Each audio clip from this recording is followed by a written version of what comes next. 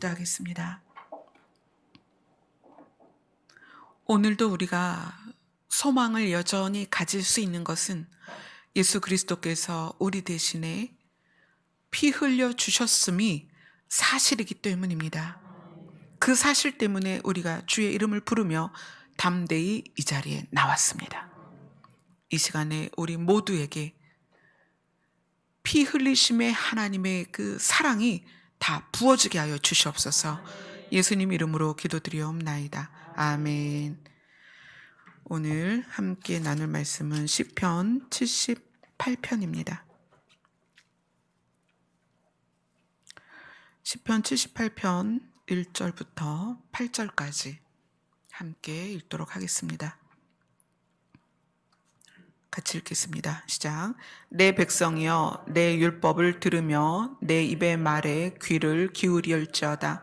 내가 입을 열어 비유로 말하며 예로부터 감추어졌던 것을 드러내려 하니 이는 우리가 들어서 아는 바요 우리의 조상들이 우리에게 전한 바라. 우리가 이를 그들의 자손에게 숨기지 아니하고 여호와의 영예와 그의 능력과 그가 행하신 기이한 사적을 후대에 전하리로다. 여호와께서 증거를 야곱에게 세우시며 법도를 이스라엘에게 정하시고 우리 조상들에게 명령하사 그들의 자손에게 알리라 하셨으니 이는 그들로 후대 곧 태어날 자손에게 이를 알게 하고 그들은 일어나 그들의 자손에게 일러서 그들로 그들의 소망을 하나님께 두며 하나님께서 행하신 일을 잊지 아니하고 오직 그의 계명을 지켜서 그들의 조상들 곧 완고하고 패역하여 그들의 마음이 정직하지 못하며 그 심령이 하나님께 충성되지 아니하는 세대와 같이 되지 아니하게 하려 하심이로다. 아멘. 시편 78편은 우리에게 우리가 교회를 오랫동안 다녔고 성경을 오랫동안 배워왔고 말씀을 나누었던 우리에게 비밀을 알고 있는가라는 질문을 지금 던지는 거예요. 귀를 좀 기울여 봐라. 내가 율법을 들으며 내 입의 말에 귀를 기울여 봐라. 78편을 지은 시편 저자는 자기 앞에 있는 사람들이 율법과 또 그들이 믿는 하나님이 그들에게 주셨던 비밀을 알고 있는지, 내가 오늘 그 비밀을 말하려 하는데 너희들은 그 비밀을 알고 있니? 그 얘기를 하는 거예요. 내가 입을 열어 비유로 말하며 예로부터 감췄던 것을 드러내려고 한다. 비밀을 말하겠다. 감추어진 게 비밀이죠. 감추어졌던 것을 드러내려고 한다. 여기에서 예로부터는 다른 성경에서는 창세부터 이렇게 해석이 되어 있어요. 창세부터 감추어졌던 것을 내가 드러내려고 한다. 그리고 3절이 이는 왜냐하면 이 감췄던 비밀을 드러내려 하는 이유는 우리가 들어서 이미 아는 바요 우리의 조상들이 우리에게 전해준 것인데 아직 모르고 있는 너희들이 있기 때문에 내가 비밀을 알려주고 싶다. 이 시편 저자는 조상 대대로 그들에게 구전으로 내려왔던 그들의 귀로 듣고 마음으로 들었던 그 모든 말들에 숨어 있는 진짜 비밀을 그들이 들은 것에 의해서 그치는 게 아니라 비밀을 깨달았으면 하는 마음이에요. 내 말에 귀를 기울여서 내가 지금 말하고자 하는 태초부터 창세부터 감추어졌던 비밀을 우리 오늘 한번 나눠보자. 이렇게 이야기를 하는 거예요. 함께 이야기를 해보자.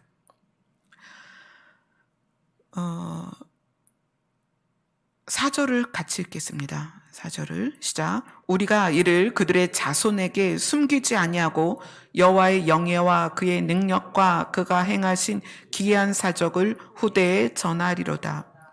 우리가 이 비밀을 우리 자손들에게 숨기지 아니하고 이 비밀이 감추어져 있는 보물은 보물 상자에 들어있잖아요. 그래서 상자를 열어야 그 보물이 있죠. 그리고 보물 지도는 그 지도를 해석해서 따라가면 보물을 얻을 수 있어요. 근데 이 창세부터 감추어져 있는 그 비밀이 하나님의 영광스러운 명예나 하나님의 능력이나 하나님이 행하신 기이한 사적들 안에 감춰져 있단 말이에요.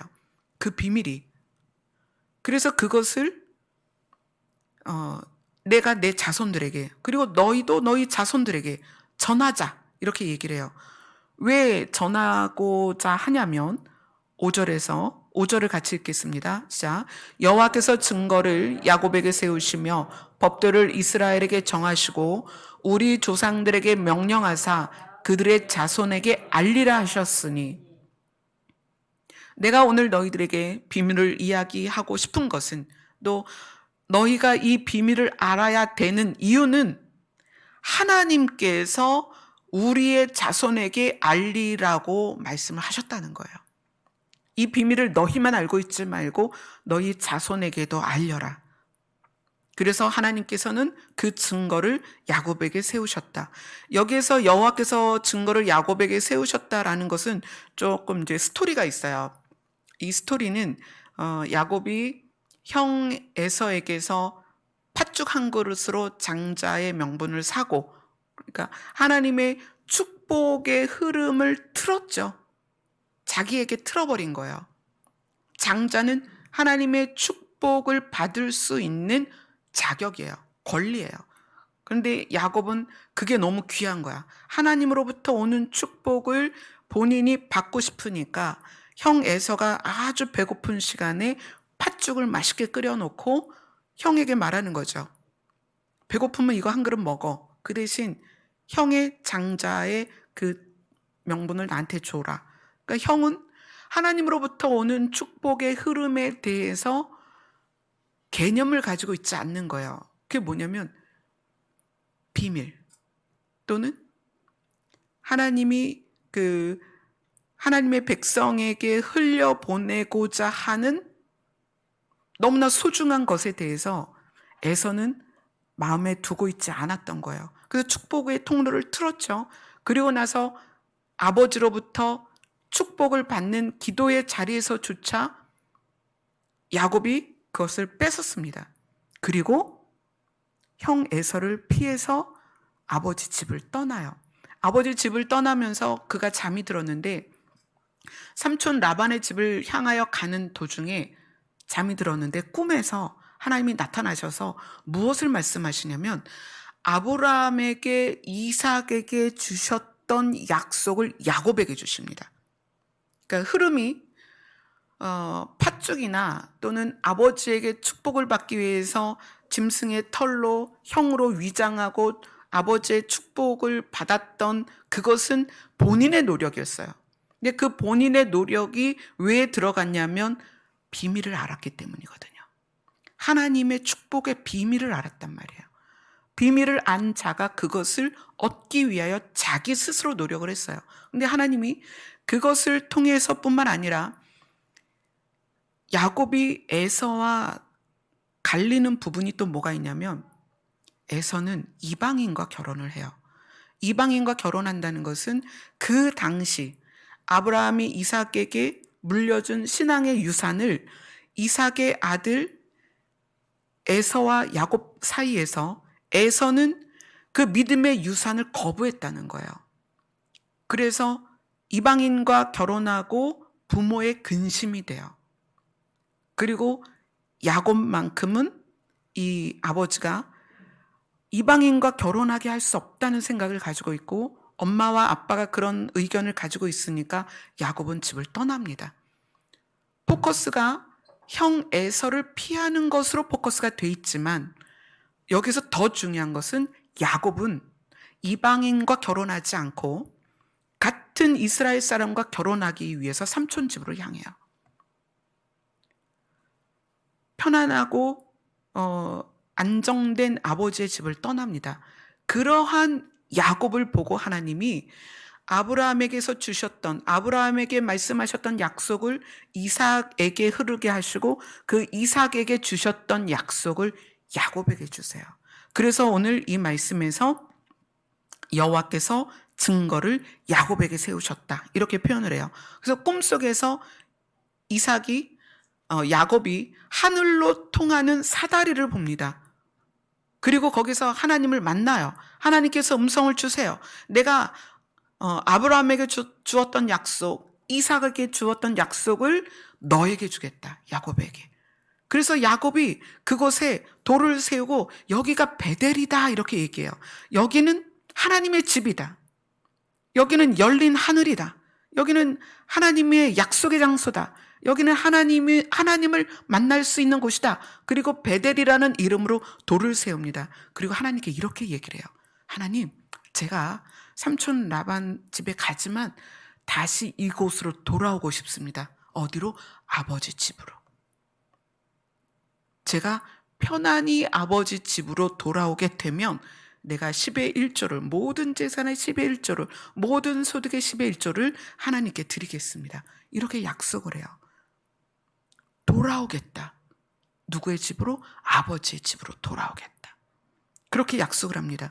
하나님께서 야곱에게 증거를 세우셨다는 것은 하나님으로부터 오는 축복의 흐름, 그것을 야곱과 약속하셨다, 이렇게 이야기하고, 그리고 이스라엘에게 법도를 정하셨다.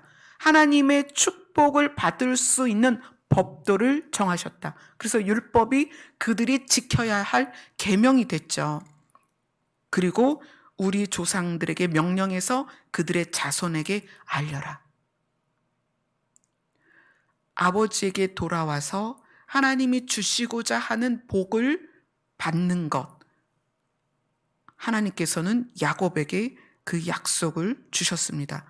그리고 6절에 가면 자손들에게 알리라 하셨으니 이는, 왜냐하면, 이것을 자손들에게 왜 알리라고 하셨느냐? 왜냐하면 그들로 후대 곧 태어날 자손에게 이를 알게 하고 하늘의 비밀을 알게 하고, 그들이 일어나 그들의 자손에게 그 하늘의 비밀을 알려서 그들로 자손의 자손의 자손들이 그들의 소망을 하나님께 두게 하겠다는 거예요. 하늘의 비밀이, 야곱이 하나님께서 받은 그 약속이, 그거는 하나님께서 야곱에게, 아브람과 이삭과 야곱에게 주시고자 하는 하늘의 복입니다. 하늘의 복. 그것을 깨달은 자들은 어떻게 한다? 소망을 하나님께 둔다. 그래서 소망을 하나님께 두고 하나님이 행하신 일들을 늘 기억하며, 삶 속에서 하나님이 함께 하시는, 동행하시는 그 일들을 늘 기억하며 저절로 그의 계명을 지키게 돼 있다는 거예요. 소망을 하나님께 두고 하나님의 행하신 일들을 기억하고, 그리고 그의 계명을 지켜서, 하나님께 소망을 두지 않은 자들의 모습이 8절에 나와요. 하나님께 소망을 두지 않은 사람들이 어떻게 살느냐? 8절을 같이 읽겠습니다. 시작. 그들의 조상들 곧 완고하고 패역하여 그들의 마음이 정직하지 못하며 그 심령이 하나님께 충성하지 아니하는 세대와 같이 되지 아니하게 하려 하심이로다. 감추인 비밀을 아는 자들은 소망을 하나님께 둡니다. 그러나 그 비밀을 깨닫지 못한 조상들이 어떻게 했느냐? 완고하고 패역하고 마음이 정직하지 못하고 하나님께 충성하지 못했다는 거예요. 그래서 우리의 자손들은, 우리가 태어나게 하는 그 자손들만큼은 조상들처럼 되지 말고 그들의 소망을 소망을 하나님께 두게 하자. 이것이 오늘 시편 78편의 저자인 시인이 이야기를 하는 거예요. 그러면 비밀이 뭐냐는 거예요. 예로부터 감추어진 비밀. 이 예로부터 감추어진 비밀은 창세부터 감추어진 비밀이에요. 이것을 예수님이 동일한 이 구절을 인용해서 사용하셨어요. 자, 마태복음을 가보겠습니다. 마태복음 13장 35절입니다.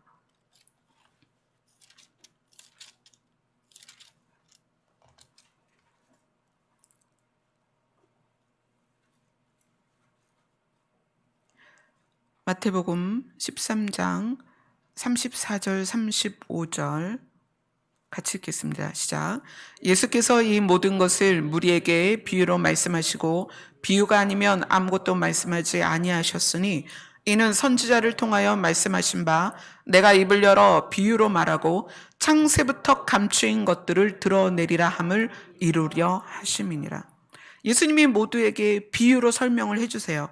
이 비유로 말씀하시는 이유가 이 시편 78편 저자가 말했던 내가 입을 열어 비유로 말하고 예로부터 감추어진 것을 드러내려 한다라는 것을 예수님이 오셔서 그것을 이루셨다는 거예요. 자, 시편 저자가 살던 시대에 그들이 생각했던 비밀, 예로부터 감추어졌던 비밀, 그리고 예수님이 여기에서 모두에게 비유로 말씀하시면서 창세부터 감추어졌던 것을 드러내려 하시는 그 비밀이 무엇이냐는 거예요. 그 비밀. 사실 성경은 비밀의 말씀이에요. 계시이기도 하고 약속이기도 하지만 또 비밀이에요. 그래서 보아도 보지 못하고 들어도 깨닫지 못하는 아주 신비한 어떤 것에 쌓여 있는 비밀이에요. 이것을 열어서 그 비밀을 꺼내야 되고 그 비밀을 깨달아야 됩니다. 그 비밀을 내가 보아도 깨닫지 못하는 경우가 많이 있다는 거예요. 근데 오늘 시편 저자는 그 비밀을 꺼냈습니다. 그래서 이거를 좀 태초부터 감추어졌던 것을 우리 한번 좀 나눠보자. 그런데 그 비밀이 결과적으로 어떤 영향을 우리에게 주냐면 그 비밀을 알면 소망을 하나님께 두게 돼 있다는 거예요.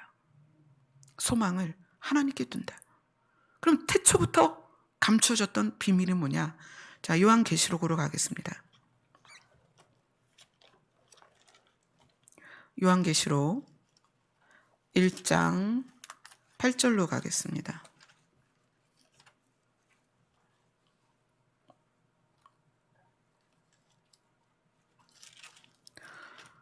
요한계시록 1장 8절 다 같이 한 목소리를 읽겠습니다. 시작. 주 하나님이 이르시되 나는 알파와 오메가라 이제도 있고 전에도 있었고 장차 올 자요 전능한 자라 하시더라. 하나님이 말씀하십니다. 나는 알파와 오메가라. 처음이고 끝이다.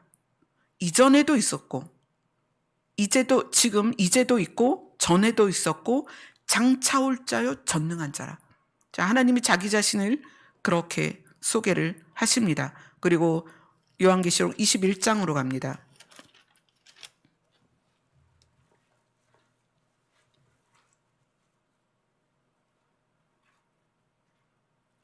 (21장) 1절부터 8절까지입니다. 같이 읽겠습니다. 시작. 또 내가 새 하늘과 새 땅을 보니 처음 하늘과 처음 땅이 없어졌고 바다도 다시 있지 않더라. 또 내가 보매 거룩한 성 새 예루살렘이 하나님께로부터 하늘에서 내려오니 그 준비한 것이 신부가 남편을 위하여 장단한 것 같더라. 내가 들으니 보좌에서 큰 음성이 나서 이르되 보라 하나님의 장막이 사람들과 함께 있음에 하나님이 그들과 함께 계시리니 그들은 하나님의 백성이 되고 하나님은 친히 그들과 함께 계셔서 모든 눈물을 그 눈에서 닦아주시니 다시는 사망이 없고 애통하는 것이나 곡하는 것이나 아픈 것이 다시 있지 아니하리니 처음 것들이 다 지나갔음이라. 보좌에 앉으신 이가 이르시되 보라 내가 만물을 새롭게 하노라 하시고 또 이르시되 이 말은 신실하고 참되니 기록하라 하시고 또 내게 말씀하시되 이루었도다. 나는 알파와 오메가요 처음과 마지막이라. 내가 생명수 샘물을 목마른 자에게 값없이 주리니 이기는 자는 이것들을 상속으로 받으리라. 나는 그의 하나님이 되고 그는 내 아들이 되리라. 그러나 두려워하는 자들과 믿지 아니하는 자들과 흉악한 자들과 살인자들과 음행하는 자들과 점술가들과 우상 숭배자들과 거짓말하는 모든 자들은 불과 유황으로 타는 못에 던져지리니 이것이 둘째 사망이니라. 자, 그리고 22장 13절을 같이 읽겠습니다. 계시록 22장 13절 같이 읽습니다. 시작. 나는 알파와 오메가요 처음과 마지막이요 시작과 마침이라. 계시록은 이 성경의 마지막 책이에요. 성경의 마지막 책이면서 우리가 발로 밟고 있는 이 지구의 마지막과 또 다른 세상의 시작을 자세히 알려주는 책입니다. 그래서 이 요한 계시록에서 하나님이 3번이나 강조한 게 뭐냐면 내가 알파와 오메가다. 내가 시작이고 내가 끝이다. 나는 지금도 있지만 전에도 있었고 올 차다. 나중에 올 차다. 하나님은 이것을 이 요한 계시록에서 왜 이렇게 강하게 우리에게 말씀하시냐는 거예요. 알파와 오메가요 처음과 마지막이고 시작과 마침이라.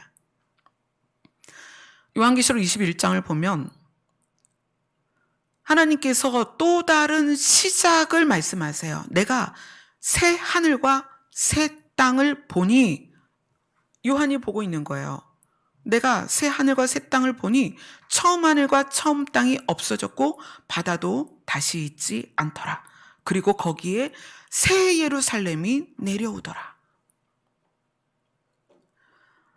우리가 하나님을 신이라고 인정하는 것, 하나님이 신이시다라고 인정하는 것은 모든 시작이 하나님에게로부터다라는 것을 인정하는 거예요. 그죠? 여기서 알파와 오메가라고 할 때 그 알파, 하나님은 시작이다. 하나님은 처음이다. 하나님을 신이라고 인정하는 것은 처음에 집중되어 있어요. 아, 하나님이 신이시구나. 하나님이 신이셔서 천지창조를 하셨고 사람을 만드셨고 동물까지 만드셨고 모든 우리가 보고 느끼고 생각하고 알고 있는 모든 것의 시작점에 하나님이 계시다는 거예요. 자, 그러면 그것과 반대로 내가 오메가다, 마지막이다, 마침이다, 결론이다라고 말씀하시는 것에 대해서 우리가 얼만큼 인식하고 있냐는 거예요. 여기서 새하늘과 새 땅을 보았다는 것은 처음 땅과 처음 하늘이 끝났다는 거예요. 그 끝에 뭐가 있냐는 거예요. 하나님께서 여기에서 뭐라고 말씀하시냐면 이루었도다. 나는 알파와 오메가요 처음과 마지막이라. 내가 생명수 샘물을 목마른 자에게 값없이 주리니 이기는 자는 이것들을 상속으로 받으리라. 하나님이 주시는 복을 상속으로 받고 나는 그의 하나님이 되고 그는 내 아들이 되리라.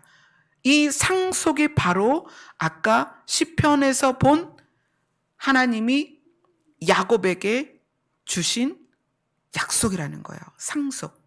아브라함이 하나님으로부터 받은 약속을 이삭이 상속받고 야곱이 상속을 받았어요. 그런데 이기는 자는 그것을 상속으로 받는데 그 상속의 내용이 뭐냐? 하나님으로부터 내려오는 복, 아브라함과 이삭과 야곱에게 내려오는 그 복의 진짜 내용이 뭐냐? 하나님의 아들이 되는 거예요. 아멘. 야곱이 그것을 알았단 말이에요. 하나님으로부터 내려오는 복이 있는데 이게 너무 중요하니까 그 복을 꼭 받아야 되겠어. 그래서 장자의 명분을 사고 그리고 아버지가 주는 축복을 형에게서 빼앗아서 자기가 대신 축복을 받고 그리고 부모가 기뻐하도록 이스라엘 여인을 아내로 맡기 위해서 집을 떠나 삼촌 라반의 집을 향하여 갔단 말이에요. 형하고는 정반대였죠. 그래서 하나님이 야곱에게 그 약속이 흘러가게 했다는 거예요. 근데 그 흘러가는 약속, 그 상속되는 약속의 진짜 내용이 뭐냐? 하나님이 아버지가 되어주는 거예요. 그래서 야곱이 하나님께 여기가 베델이다. 여기가 하나님의 집이다. 그래서 하나님께 말씀드렸어요. 하나님, 내가 여기로 다시 오게 하여 주옵소서. 이곳으로 평안히 돌아오게 하여 주옵소서. 아버지 집으로 돌아오게 하여 주옵소서. 그래서 그가 진짜로 나중에 베델로 돌아옵니다. 요한계시록에서 하나님은 내가 처음이고 내가 마지막이다라는 것을 계속 말씀을 하세요. 왜 그러냐? 하나님은요, 우리의 결론이십니다. 우리의 인생길을 정말 다양하게 살고 있잖아요. 여기 계신 분들이 환경도 직업도 경험도 다 다양해요. 지식도 다양하고 성격도 다양하고요. 그동안 지나온 삶의 흔적들이 다 다양합니다. 그러나 동일한 끝이 있어요. 그 끝이 하나님이라는 거예요. 여러분의 끝에 대해서 얼마나 인식을 하고 계시나요? 여러분의 끝은 하나님이 계세요. 그래서 하나님이 지금 말씀하시는 거예요. 내가 끝에 있다, 끝. 너희들이 오는 과정이 아무리 힘들고 고통스럽고 괴롭고 슬프고 좌절되고 낙심돼도 걱정하지 마. 너희가 오는 이 길의 끝에 내가 있다. 하나님은 이것을 계속 말씀하시는 거예요. 결론이 나고 마지막에 내가 있고 내가 너희를 맞아줄 것이다.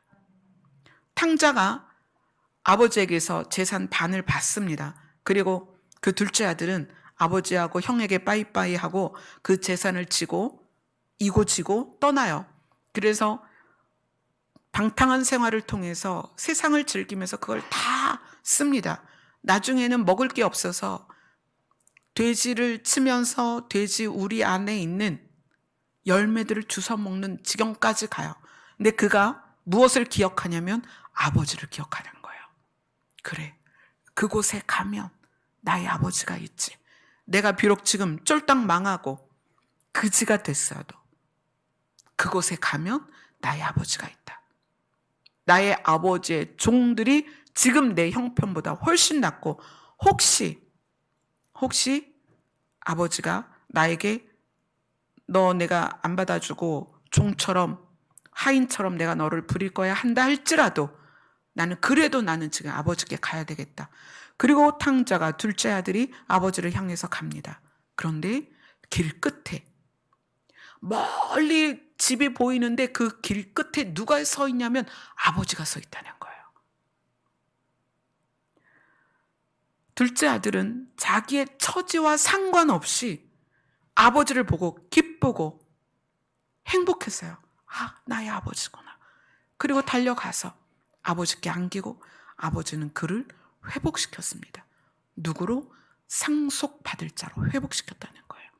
반지를 다시 끼워주고 옷을 입혀주고 잔치를 열었습니다. 처음부터 감추어진 비밀이 뭐냐면 감추어졌다면 누군가의 의도가 있지 않겠어요? 하나님은 이 시편 저자에게 알려라. 너희 자손들에게 알려라. 또 그 이스라엘의 백성들에게 늘 그렇게 말했거든요. 너희 이 율법을 눈앞에, 양옆에, 문설주에, 손에 늘 암송하고 읽고 외워라. 그리고 자손들에게 그걸 가르쳐라 했는데도 불구하고 감추어졌다는 거예요. 그건 누군가가 의도적으로 하나님의 백성이 하나님의 아들로 그 신분이 상속되는 것을 막고 있다는 거예요. 누군가가. 하나님의 나라를 우리가 상속받기를 싫어하는 누군가가 있다는 거예요. 그래서 그 비밀을 감춘 거예요. 그러니까 시편 저자가 창세부터 감추어진 것을 내가 알려줄 테니까 제발 좀 귀를 기울이고 듣고 이 비밀을 너희 자손들에게도 알려줘라. 이렇게 얘기를 하는 거예요.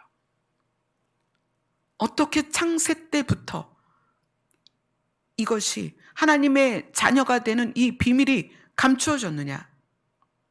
사단이 아담과 하와에게 나타나서 이야기를 해요. 창세기 보면, 야, 하나님이 여기 있는 거 다 먹으라 그랬니? 아니, 여기 있는 동산 중앙에 있는 선악을 알게 하는 열매는 먹지 말래. 이건 먹으면 죽을 수도 있대. 그러니까 사단이 얘기를 해요. 아니야, 절대 안 죽어. 이걸 먹으면 오히려 너희들의 눈이 밝아져서 하나님처럼 될 수 있어 라고 이야기를 해요. 자, 비밀을 감추는 도구가 뭐였냐면 아담과 하와가 자기 자신에게 눈을 돌리는 거예요. 어떻게 눈을 돌리느냐? 내가 안 죽어? 진짜 안 죽어? 그리고 이걸 먹으면 하나님처럼 된다는 것은 뭐가 전제냐면 하나님 밑에 있다는 거예요. 하나님보다 뭔가 부족하다는 거야. 뭐죠? 아담과 하와가 사탄의 말을 듣고 하나님과 자기를 비교하기 시작한 거예요. 사탄은 하나님의 아들이 되는, 하나님의 나라를 상속받는 이 놀라운 비밀을 어떻게 감추었느냐면 사람의 시선이 자기에게 오게 했다는 거예요. 그래서 선과 악을 알게 하는 열매를 먹고 악을 맛보고 나서 가장 처음 나타난 증상이 뭐예요? 하나님을 피하죠. 그죠? 하나님을 피하고 하나님 앞에서 대화할 때 아담을 탓하고 또 하와를 탓하고 뱀을 탓하고 계속 탓을 하죠. 나는 잘못이 없다는 거예요. 그것이 가인과 아벨에게 가서, 사실 아담과 하와가 선악과를 먹었음에도 불구하고 바로 하나님을 찾아가서 하나님 죄송해요. 제가 이걸 먹었어요. 하나님이 먹지 말라고 한 이것을 먹었어요 라고 하나님께 찾아갔다면 상황이 어떻게 됐을지 몰라요. 그런데 일단 하나님을 피하고 자기에게 집중되니까 자기가 수치스럽고 자기만으로 그 자기의 원래의 모습으로 만족하지 못하고 자기에게 집중돼서 자기의 책임을 회피하고 이 모든 것들이 하나님이 우리에게 주시고자 하는 하늘에서부터 내려오는 복을 감춘, 비밀을 감춘 도구라는 거예요. 그래서 가인이 똑같이 행동하죠. 가인이 자기의 제사를 하나님이 받아주지 않으니까 가인이 어떻게 했어야 되냐면 하나님께 갔어야 돼요. 하나님, 오늘 제가 추수한 곡식을 가지고 하나님께 제사를 드렸는데 하나님 이 제사를 받지 않으시는 이유가 뭐예요? 저에게 문제가 있다면 하나님 알려주세요. 이랬어야 된다는 거예요. 그런데 가인이 이 문제를 자기에서 찾는 게 아니라 아벨에게서 찾은 거죠. 너 때문에 하나님이 내 제사를 안 받으셨어. 이건 뭐죠? 나에게 집중된 시선이 나의 죄를 보는 것이 아니라 나를 방어하고 나의 책임을 회피하도록 했다는 거예요. 신앙생활을 하면서 복음이 제대로 들려지지 않고 복음의 비밀을 알지 못하게 되는 이유는 우리가 우리 자신에게 시선이 가 있을 때예요. 나를 위해서. 하나님께서 알파와 오메가라고 말씀하시는 이유, 처음과 마지막이라고 말씀하시는 이유는 여러분이 마지막에서부터 조명을 자기에게 해야 되는 거예요. 우리는 나에게서부터 하나님으로 나아갑니다. 하나님, 내가 이거 부족하니까 주세요. 하나님, 내가 이게 연약하니까 나를 강하게 해주세요. 하나님, 내가 이걸 모르니까 알게 해주세요. 이게 나로부터 시작된 시선이에요. 그래서 내 문제가 해결되거나 어떤 상황이 바뀌는 거라 그걸로 좋았다가 행복했다가 또 좌절했다가 이거를 계속 반복합니다. 관계 문제에서도 늘 일어서고 넘어지고를 반복을 해요. 그런데 우리가 어디에 시선을 두어야 되냐면 끝에 시선을 둬야 되는 거예요. 하나님이 끝에 계시다. 그분이 나를 기다리신다. 나는 여기에 있고 그 끝을 가는 거예요. 나는 여기에 있고 하나님이 끝에 계신데 그 하나님이 왜 우리를 기다리시느냐? 오늘 요한계시록 21장 말씀처럼 우리에게 하나님의 나라를 상속하시고 하나님이 아버지 되시고 우리를 자녀 삼으시려고 그 끝에 계시다는 거예요. 아멘. 이것이 사실입니다. 하나님께서 계속 알파와 오메가요. 내가 처음이요 끝이요. 내가 시작이고 마침이다라고 말씀하시는 이유는 내가 너희를 만들었고 내가 끝에서 너희를 기다려서 너희에게 내 나라를 상속하겠다. 그게 하나님이 기다리시는 이유예요. 그러면 거기서부터 보자는 거예요. 하나님이 아버지가 되어주시고 하나님의 나라를 우리에게 상속시켜 주시기로 작정하고 끝에 계시다면 우리의 인생을 하나님께서 인도하시지 않겠냐는 거예요. 하나님이 우리를 보호하지 않겠냐는 거예요. 하나님이 우리를 하나님이 선한 길로 인도하지 않겠냐는 거예요. 그런데 그 시선이 우리에게서부터 시작하니까 하나님 나는 뭘 못해요. 하나님 저는 뭐가 약해요. 하나님 쟤는 저런데 저는 왜 이래요? 라는 것에서부터 시작해서 하나님 뭘 주세요. 채우세요. 변화시켜 주세요. 만족시켜 주세요. 이렇게 하면서 우리는 일상에서 넘어졌다 일어났다를 반복한다는 거예요. 저 자신도 수없이 많은 시간을 그렇게 해왔어요. 찬미가 아프면서 하나님께서 말씀하셨어요. 사랑이 넉넉히 이길 것이다. 그래서 저는 어찌하든 찬미한테 화를 내지 않고 찬미가 원하는 것을 해주면서 찬미가 치유되기를 많은 시간 기다리고 버티고 노력을 했어요. 그런데 7년이 되는 시점에서 이제 돌아오는 3월이면 7년입니다. 7년이 되는 이 시점에서 무엇을 깨달았냐면 저의 사랑으로 찬미를 살리는 것이 아니었다는 거예요. 하나님의 사랑이 찬미를 살린다는 거예요. 저는 제가 노력하고요. 제가 저 아이를 잘 돌보면 살릴 거라고 생각했어요. 그래서 사랑이 넉넉히 이길 것이라고 말씀하셨을 때 어떻게 하든 내가 이 아이에게 사랑을 부어줘야지. 그렇게 생각을 했어요. 그런데 시간이 지나고 나니까 그게 아니었던 거예요. 끝에서 우리를 시작하신 하나님께서 우리의 인생 끝에서 무엇을 가지고 기다리시냐면 내가 너의 아버지고 너는 나의 자녀다. 내가 나의 나라를 너에게 줄 것이다. 이 결론을 가지고 계셨다는 거예요. 그래서 그 상태에서 우리를 바라보시는 하나님이 사랑으로 우리를 지키시고 인도하시고 우리의 걸음을 보호하셨다는 거예요.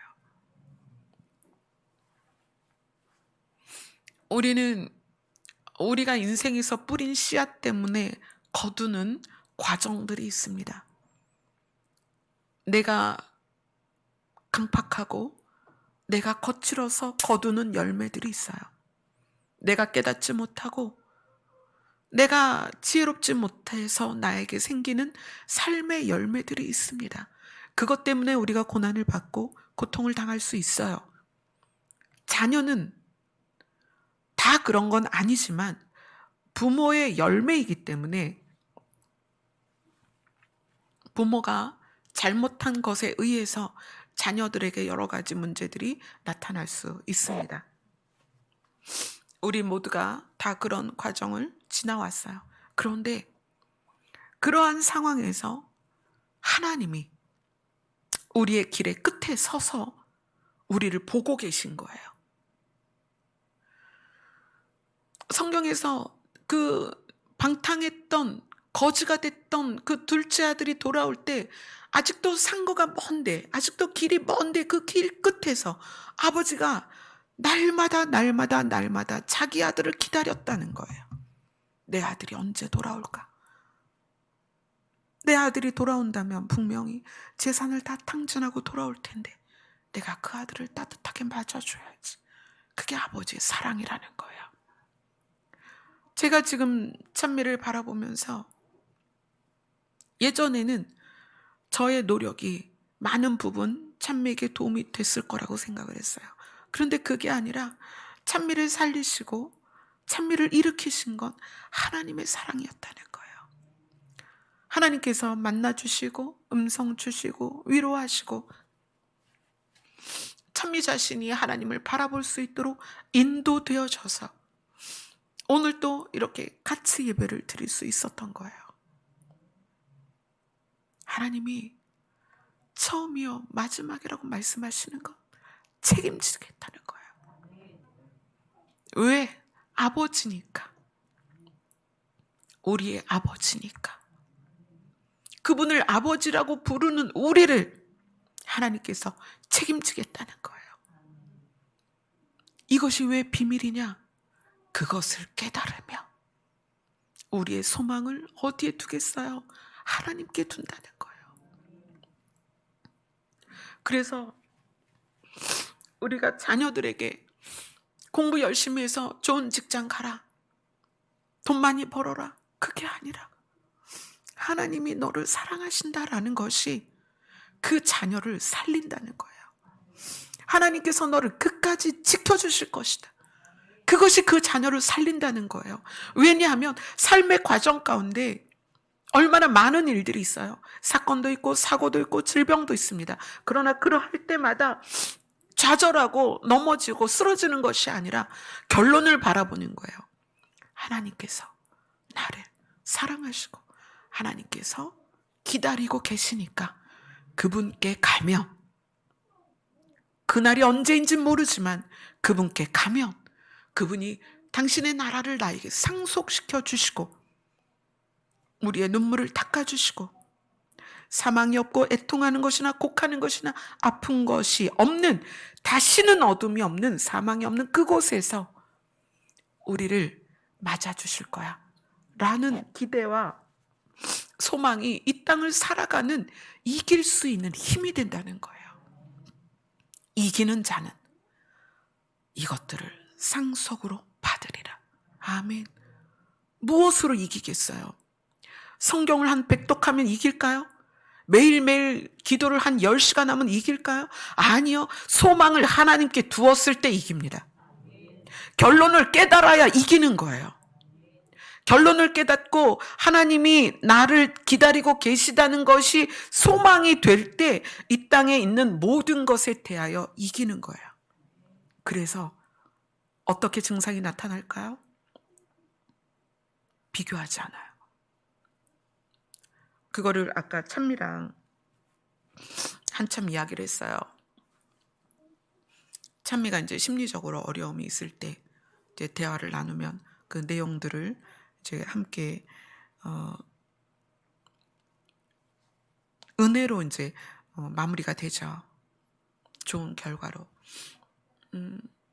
찬미뿐만 아니라 우리 모두는, 저 자신도 그랬으니까 비교되는 것에 의한 열등감이 있단 말이에요. 근데 그 비교는 사단이 우리가 하나님께 소망을 두고 하나님께 나아가는 것에 그 발을 걸려 넘어지게 하는 수단이에요. 그리고 비밀에 접근하지 못하게 해요. 태초에 감추어졌던 비밀. 사탄은 우리를 보고 나 자신을 통해서 넘어지거나 비교해서 넘어지거나 그리고 하나님을 소망하지 못하게 한단 말이에요. 오늘 시편 저자가 우리들에게 지금 굉장히 중요한 이야기를 하는 거예요. 자, 오늘 본문으로 가겠습니다.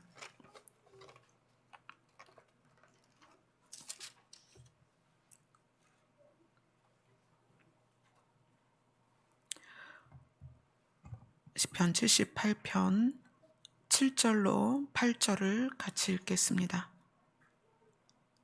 시작. 그들로 그들의 소망을 하나님께 두며 하나님께서 행하신 일을 잊지 아니하고 오직 그의 계명을 지켜서 그들의 조상들 곧 완고하고 패역하여 그들의 마음이 정직하지 못하며 그 심령이 하나님께 충성하지 아니하는 세대와 같이 되지 아니하게 하려 하심이로다. 아멘. 하나님께 소망을 두지 않으면 자기에게 집중이 되기 때문에 완고하고 패역하고 마음이 정직하지 못하고 하나님께 충성할 수 없습니다. 그런데 신기하게 하나님께 소망을 두지 않는 자의 특징이 아까 계시록의 21장에서 하나님의 나라를 상속으로 받지 못하는 자들의 특징과 같다는 거예요. 그래서 하나님이 계시록에서 계속 말씀하시는 거예요. 처음과 끝을 깨달으라는 거예요. 우리의 생명은 하나님으로부터 시작됐습니다. 우리는 그분에게 돌아갈 것입니다. 아멘. 그래서 여러분이 하나님을 아버지로 믿고 있다면 그 하나님이 여러분을 얼마나 사랑하실지에 대해서 의심하지 마세요. 우리의 걸음이 멈추는 날이 곧 옵니다. 개인적으로도 오고 역사적으로도 올 것입니다. 우리의 걸음이 멈추는 그 순간에 우리 앞에 누가 계시냐? 하나님이 계시다는 거예요. 어떤 모습으로? 아버지로서. 아멘. 그래서 우리를 데리고 하나님이 새로 만든 그 새하늘과 새 땅, 그 아름다운 곳으로 우리를 데려가서 위로를 하신다는 거예요. 너희가 그동안 얼마나 힘들었니? 지구에서 살면서 얼마나 힘들었니? 다시는 그런 일을 겪지 않도록 내가 이 안전한 곳에 너를 데리고 왔어. 그리고 그 세계를 보여주실 거라는 거예요. 그래서 이 땅에서 사는 동안에 모든 미혹과 유혹을, 세상을 이길 수 있다는 거예요. 아멘. 그래서 여러분의 결론, 여러분의 끝을 늘 기억하세요. 여러분의 걸음을 멈추는 순간에 그 앞에 누가 계시다? 하나님이 계시다. 아멘. 그리고 하나님은 당신의 나라를 상속해 주려고 기다리신다는 거예요. 아버지로서. 아멘. 그리고 우리가 거기까지 가는 모든 과정을 하나님께서 인도하십니다. 아멘. 우리 찬양하겠습니다. 찬송가 251장입니다.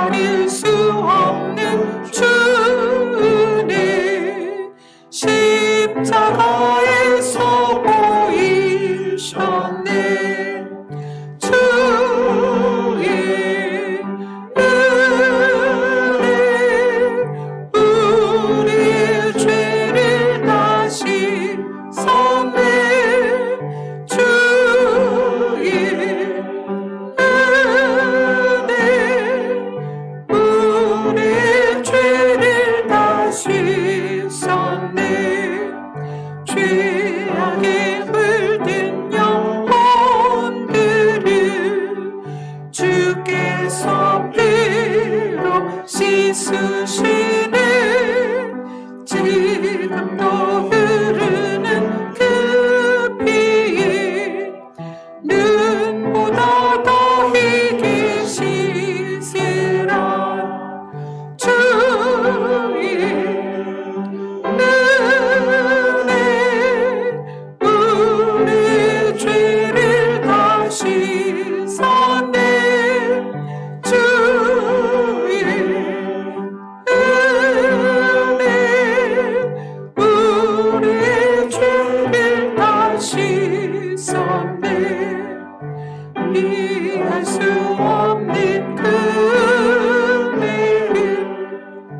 믿는 자에게 거저 주네. 형제여 주 앞에 나와서 거짓지 말고 곧 받으라.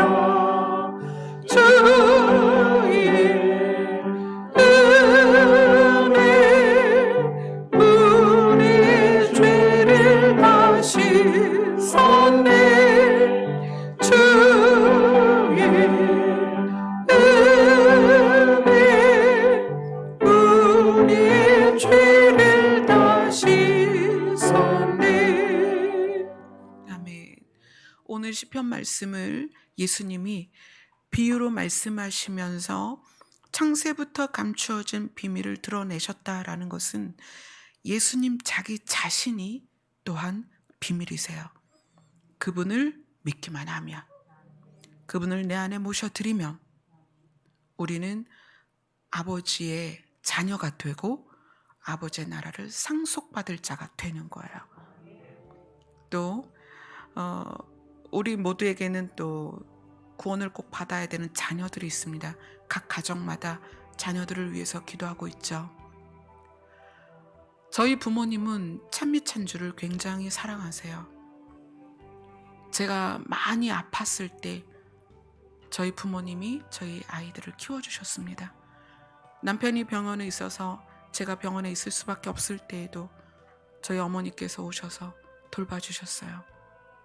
찬미가 많이 아팠을 때에도 저희 어머니께서 와서 돌봐주셨어요. 왜 그랬을까요? 찬미찬주가 저의 부모님에게는 자기 딸의 생명의 연장이기 때문에 그래요.